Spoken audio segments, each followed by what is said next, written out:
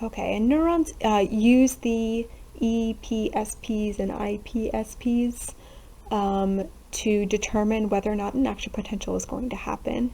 And so if you look at this picture on the right, you can see that all these different, like the green and the blue, black, red, branches are axons of other neurons communicating with the dendrites of this cell. And 3 of these are EPSPs, so they are excitatory, and 1 is an IPSP, which is inhibitory. And the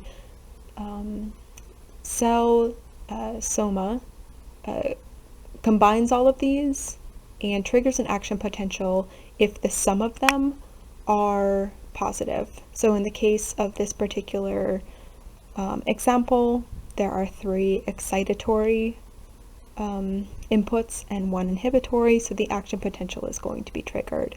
And this is triggered at the axon hillock, which, if you remember from earlier in the semester, is the place where the cell body and the axon meet. So it's triggered, this trigger zone or hillock is right at the beginning of the axon.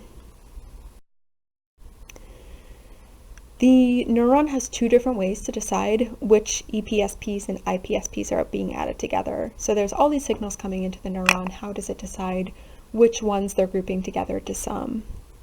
And there are 2 types of summation. So there's temporal summation, where EPSPs and IPSPs that occur close in time are added together, and there's spatial summation. So EPSPs and IPSPs that are close in space, maybe on the same dendritic branch.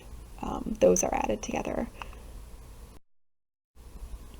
So in temporal summation, you can see in terms of this EPSP, if they're widely spaced apart, they're not going to be added together. But if they're close in time, they're going to be added together to come a little bit closer to this -50 millivolt threshold, which, if you remember, is the threshold at which an axon is, at which a action potential is triggered. So maybe in this particular example, it looks like if there had been 1 more input, it would have made the cell, would have changed the membrane potential enough that an action potential was triggered.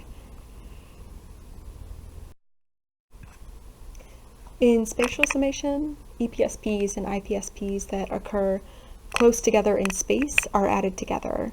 So in the A part of this example, these 2 EPSPs are on opposite sides of the cell membrane and therefore are not added together. Whereas in the B part of this example, these 2 EPSPs are on the same side of the cell membrane. They're close together spatially, and so they are added together to form a larger EPSP. To initiate an action potential at this axon hillock, the total of the EPSPs and IPSPs must bring the membrane potential to that threshold of -50 millivolts. So in this example, there were these there's a little EPSP that wasn't enough to bring it to the threshold, followed by an IPSP, and then enough EPSPs were added together to reach this -50 millivolt threshold, which triggered an action potential. And for now, don't worry about section 4.4. I would prefer to cover this information in the next chapter. But if you are interested, go ahead and read that section.